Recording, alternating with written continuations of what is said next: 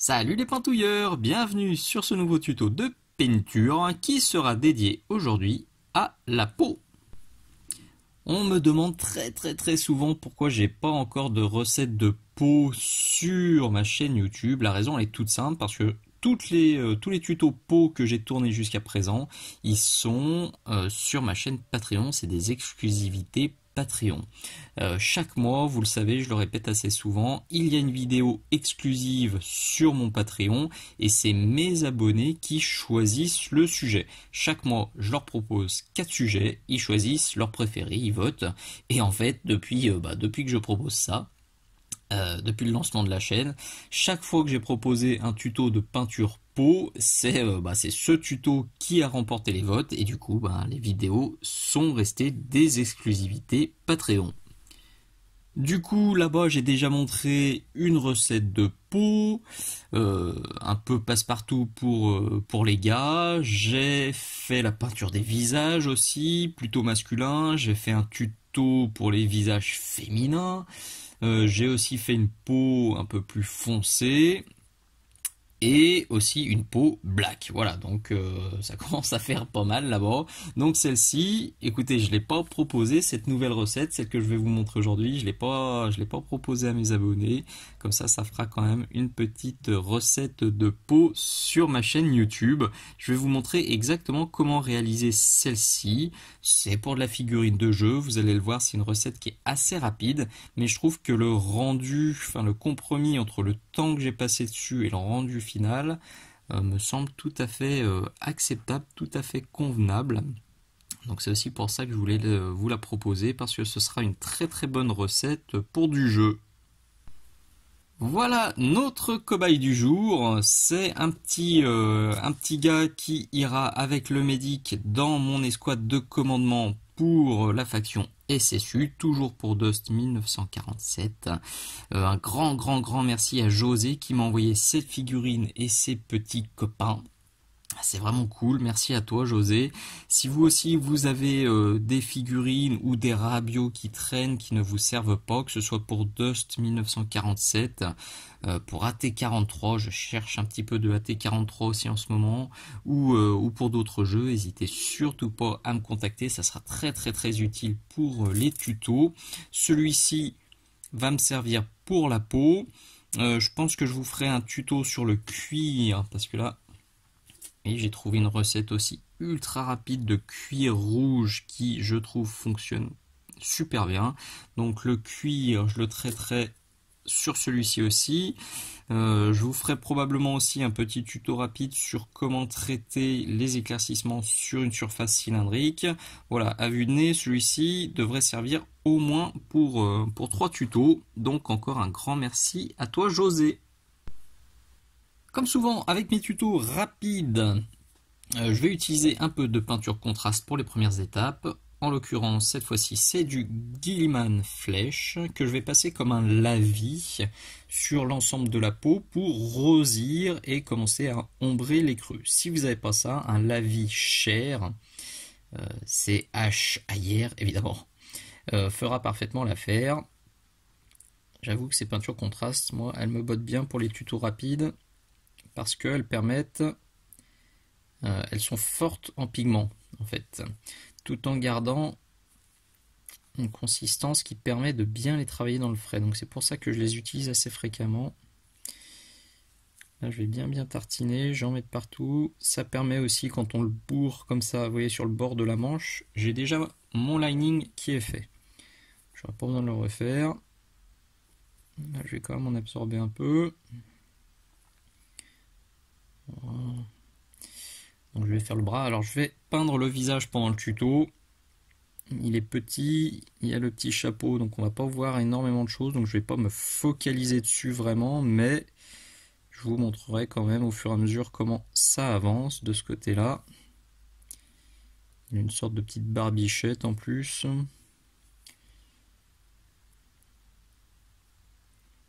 Les peintures contrastes, elles marchent très bien sur les surfaces qui ont beaucoup de texture, beaucoup de plis. Vous voyez là tout de suite, on passe juste ça, ça va dans les petites rides, ça va dans les traits du visage. C'est bien pratique quand on veut limite faire que ça. Bon là c'est pas le but, là c'est vraiment une étape préparatoire pour moi. Hop. Voilà, pas besoin de bien plus. Et je vais faire l'autre bras vite fait, hors caméra, parce que c'est exactement la même chose. C'est bien c'est qu'on est prêt pour la suite, mais j'ai oublié deux choses. La première, c'est que j'ai sous-couché cette figurine avec la bombe de Grey Seer de chez Citadel Games Workshop, une bombe dont je vous parle aussi très souvent. Ça permet d'avoir une sous-couche vraiment très lisse qui permet des aplats bien propres derrière et qui permet surtout de bien travailler avec les peintures contrastes, parce que ça, elle glisse vraiment tout seul dessus. L'inconvénient, c'est que parfois, pour caler des couches de base un peu plus classiques, c'est un peu galère. Vous l'avez déjà vu dans certaines de mes vidéos, il faut parfois insister et parfois diluer même un petit peu moins la peinture. Donc j'ai sous-couché par-dessus la sous-couche qui était déjà présente. Ça aussi je le répète, les anciennes figurines Dust étaient toutes sous-couchées, enfin pré-sous-couchées quand on les sortait de la boîte. C'est maintenant plus le cas à chaque fois, on peut les choisir non sous-couchées voire non assemblées. Donc celle-ci était sous-couchée, j'ai pas réussi à la décaper, j'ai essayé de la décaper à l'alcool à brûler, ça n'a pas marché, alors que le Medic j'avais réussi à la décaper, et vous voyez celui-ci là, le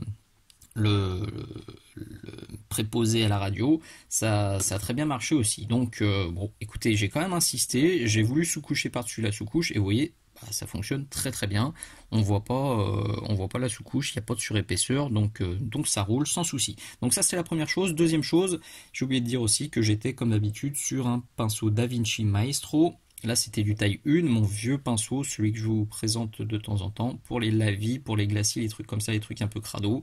Il est un peu fatigué, sa pointe est moins bonne, mais je le garde quand même pour les travaux un peu plus cradingues. L'étape suivante, c'est la reprise des ombrages avec du Bugman's Glow que j'ai oublié de mettre sur ma palette. C'est mal. Là j'en prends une petite gouttelinette, on le met là, clic. On dilue un peu. Donc là, c'est comme c'est encore mon vieux pinceau, je dilue avec. Sinon, quand j'ai un pinceau avec une très bonne pointe, j'utilise un autre pinceau pour diluer et pour sortir ma peinture du pot, pour pas trop l'abîmer. On est là, on refait l'ifocus et ça, je vais venir le tirer, le pousser dans mes ombrages pour insister encore un peu. J'aurais très bien pu le faire avec le Gilliman Flèche. Ça aurait fonctionné. Seulement là, le Bugman's Glow, il est un peu plus rosé. Donc ça permet déjà de rajouter quelques nuances, de rajouter un petit peu de rose. Pas trop. Le gros piège avec les peaux caucasiennes, les peaux blanches comme ça, c'est de virer sur le rose. Donc c'est pour ça que cette recette, je la trouve assez intéressante, parce que le résultat final est quand même assez neutre, limite pâle, et c'est ce que je voulais. Les SSU à la base c'est une armée soviétique, donc je les envisage, enfin je les imagine pas franchement bronzés comme mec. Voilà, donc on fait ça de partout, on redéfinit les ombrages bien proprement. Je vais maintenant pousser encore plus les ombrages pour pousser le contraste avec, il est où? Il est là, de l'ombre brûlée, le Burnt Umber de chez Vallejo, Prince Auguste. Il est sur ma palette, vous voyez, je suis en train de le mélanger tout gentiment à mon Bugman's Glow jusqu'à obtenir un mélange intermédiaire. Hop, donc là je sors un autre pinceau, toujours du taille 1 Da Vinci, mais celui-ci il a une pointe qui est vraiment nickel. Donc ça va me permettre de travailler plus finement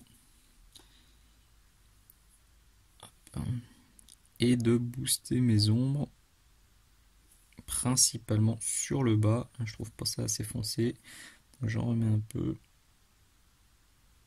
Je vais passer quelques voiles comme ça, donc sur le bas évidemment, en dessous, et éventuellement dans tous les creux qu'on a du mal à atteindre, pardon. La figurine était totalement assemblée, donc il y a des zones qui sont pas simples à choper. Franchement, ça me dérange pas du tout. C'est aussi une question qui revient souvent. Je ne peins jamais en sous-assemblage. je me dis que voilà, la zone qui est ici,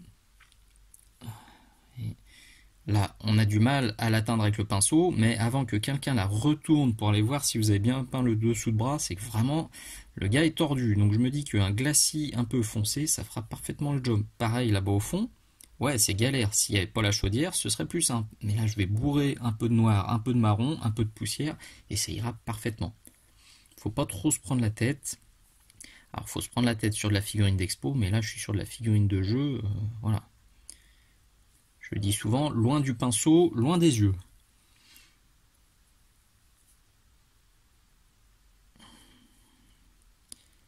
Le visage, je vais reprendre tous les creux aussi, vous l'avez compris. Vous voyez déjà en seulement quelques passages, voilà, pour une figurine de jeu ultra rapide, limite il n'y a que ça à faire. Le Gulliman, un coup de Bugman, un coup d'ombrage, en avant Guingamp, ça roule déjà, on comprend déjà que vous avez une peau et vous pouvez passer à la suite. Maintenant, on va, pour ce tuto, aller quand même beaucoup plus loin. On peut maintenant reprendre les éclaircissements et renforcer l'aspect un peu palichon de notre copain avec du Rakarth Flèche. Donc vous le voyez, c'est pas folichon comme peinture, c'est pas flashouille, c'est vraiment ce que je cherchais. Je trouve que c'est une teinte très très très intéressante pour les carnations. Maintenant, si vous voulez quelque chose d'un peu plus punchy, vous avez du Kislev Flèche qui peut faire le job et le Cadian Flèche Tone qui marche aussi très bien. Essayez de prendre quelque chose qui est souvent, quand je choisis mes teintes de peau, je mets ça à côté de ma main ou de mon bras, ou truc comme ça, et je compare. Si c'est super méga rose, je laisse tomber. Donc celui-ci, oui, il est limite, mais pour les ombrages, il est pas mal. Celui-ci, je l'aime beaucoup, mais il est un poil jaunasse. Et celui-ci est un poil terne. Donc on peut aussi jouer, se faire des mélanges, mais pour une peau terne, le Rakarth, moi, il me va très très bien. Il est là sur ma palette.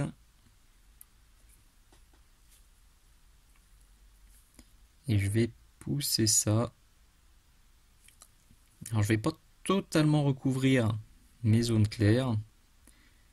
Là je veux encore avoir mon grès cire plus le léger voile de Gilliman qui apparaît. Donc là je vais juste passer, vous voyez, des petits filtres.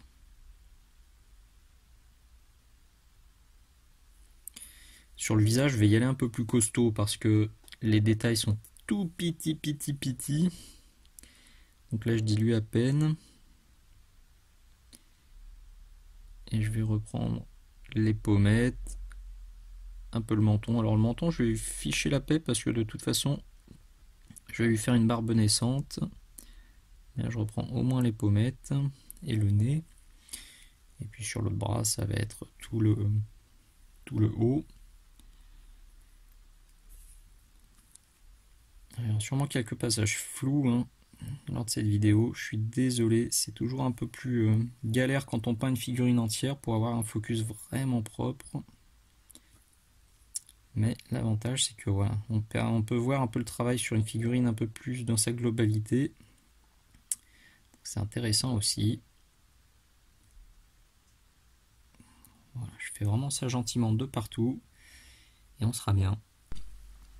La peau n'a pas bougé, par contre vous le voyez, j'ai bien avancé le reste. Je pense que c'est très important, je le répète souvent, de baser toutes les zones de votre figurine avant de terminer quelque chose.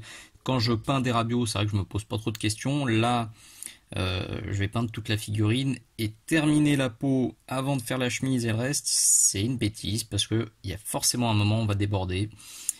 Donc franchement, je vous conseille de tout baser et après seulement de commencer le travail d'éclaircissement, d'ombrage.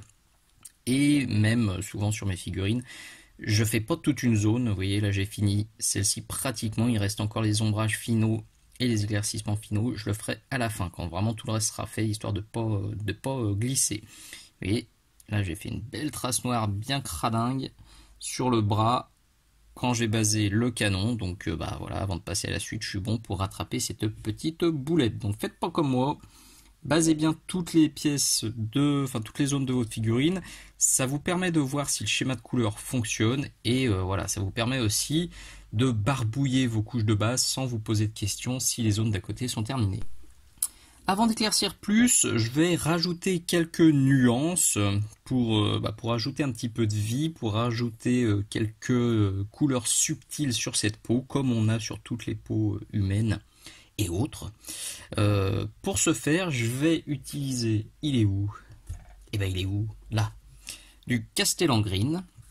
Parce que le Castellan Green, je le retrouve sur mon uniforme et c'est une couleur que j'aime bien utiliser sur les peaux masculines. Donc il y a lui et un autre. Décidément, il faut que je range. Là, le Dawnstone.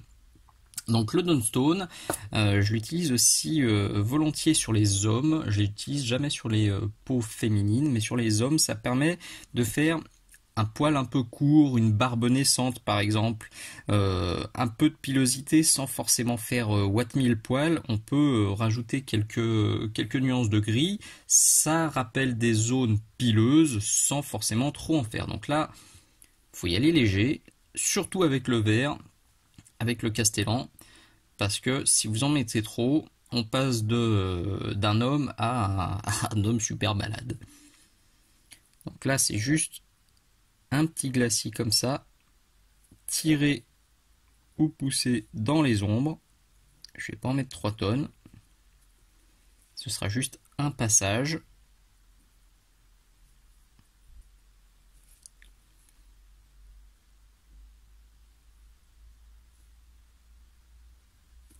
J'ai même absorbé parce qu'il y en avait trop. Je laisse bien sécher, je vais peut-être en mettre un deuxième. Et encore, c'est pas sûr. Allez. C'est typiquement le genre de choses que je peux réajuster à la fin. Léger, léger. Avec le Dawnstone, on peut y aller un peu plus généreux, mais faites gaffe quand même.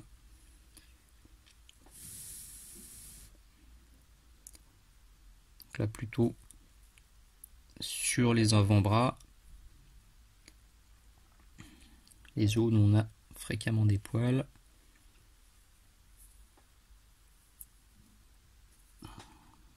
Le focus, ouais. Donc le Dawnstone, je l'ai vraiment utilisé gras pour la barbe. C'est une teinte qui fonctionne très très bien pour faire la barbe, une barbe naissante.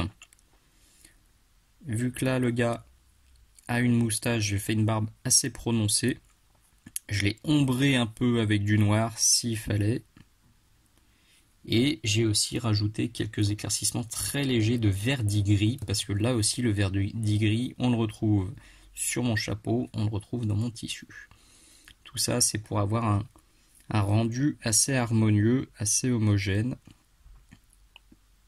Toutes les zones de la figurine sont différentes, mais perso, j'adore utiliser des couleurs de nuances et ou des couleurs d'ombrage et d'éclaircissement communes pour qu'on ait un truc harmonieux, quoi. Voilà, donc là ça commence limite à trop teinter, donc calme-toi, bébert. Voilà. Point trop d'infos.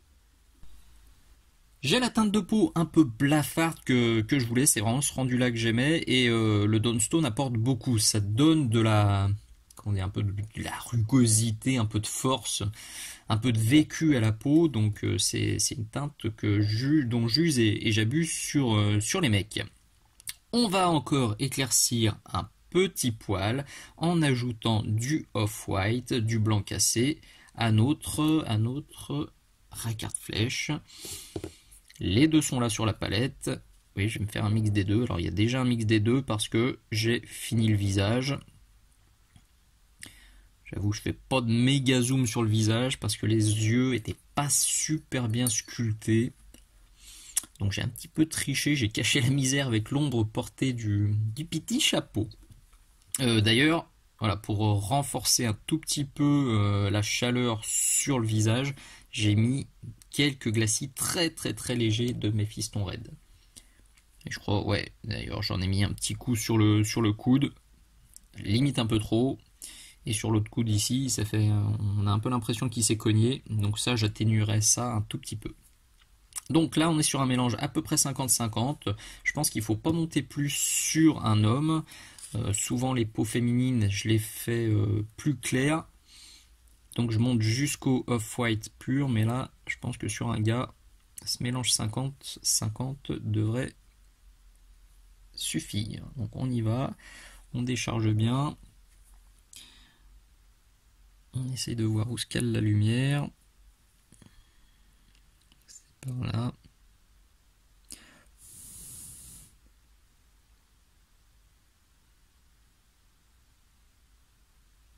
Je vais très léger, très doucement. J'ai pas envie d'avoir une peau porcelaine de jolie princesse. Là, je veux juste marquer les lumières là-haut. Je vais marquer un tout petit peu ici. Et puis voilà, c'est juste pour pousser un peu le contraste. Je vais pas faire un travail de fou. Alors je rince mon pinceau, il y a un petit machin là. C'est assez fréquent, ces petites... une mini boule de peinture séchée qui s'accumule sur la pointe. Il faut bien tirer dessus, délicatement. Arrachez pas tous les poils de votre pinceau. Et hop.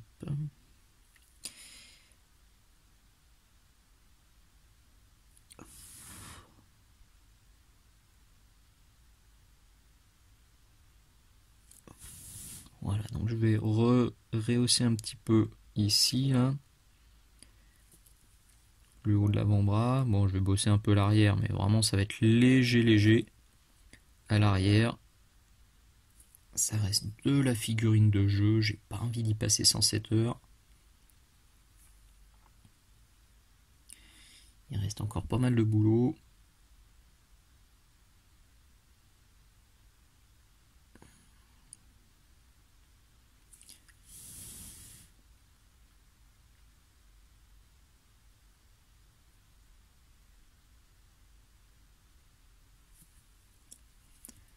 Vous avez compris, je me tais en plus parce que c'est plutôt délicat. Si vous avez la main trop lourde, vous reprenez le racarte. Si le rendu est trop timide pour vous, vous pouvez aussi passer quelques glacis de Kislev ou de Cadian Fleshtone. Et vous devriez normalement obtenir quelque chose qui vous convient.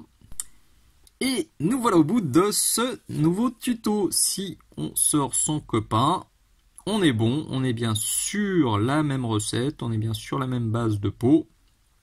Par contre, là, je me rends compte en direct que celui-ci est un petit peu palichon au niveau de l'uniforme, il faut que je le rééclaircisse un peu. Encore que, bon, c'est important quand vous peignez une armée de garder les différents copains sous la main. C'est vrai que moi, je les peins tellement lentement, en général, les copains vont dans la vitrine entre-temps, et quand je les ressors, ben, j'ai parfois des surprises comme ça. Bon, encore que ça peut toujours se justifier. Ouais, c'est la collection printemps-été 1948, les uniformes étaient un peu plus foncés. Allez, ça passe crème. Bon, je pense que le contrat est rempli. Vous avez vraiment une recette de peau passe-partout et assez rapide. J'ai mis une vingtaine de minutes pour peindre les bras et le visage, et j'avoue que j'ai perdu un peu de temps sur le visage. J'aurais pu être encore plus rapide. C'est une recette qui peut se décliner. Vous l'avez vu, c'est assez neutre comme recette. Si vous voulez refroidir encore, vous mettrez plus de bleu. Si vous voulez réchauffer encore, vous utilisez des teintes de peau un peu plus chaudes, et ça fera parfaitement le café. Cette vidéo, c'était de nouveau une avant-première Patreon. Tous mes abonnés ont donc pu la voir 3 mois avant tout le monde. L'adresse est là, l'adresse est dans la description si vous voulez voir ce que je propose, les vidéos en avant-première et évidemment les vidéos exclusives qui se trouvent uniquement là-bas. Une nouvelle vidéo tous les mois, et comme les vidéos s'accumulent au fil des mois, au jour où je tourne ces vidéos, il y en a déjà 20. Donc vidéo exclusive, donc logiquement quand celle-ci sortira sur YouTube, il y en aura au moins 23. Merci à tous d'avoir regardé. Si ça vous a plu, bien sûr, le petit pouce vers le haut, le petit partage, le petit commentaire, le petit poutou, ça fait toujours très plaisir. Et si vous voulez me filer un petit coup de pouce, si la chaîne vous plaît, vous avez plein de façons de faire qui sont notées dans la description de cette vidéo. Je vous dis à très bientôt. Ciao ciao.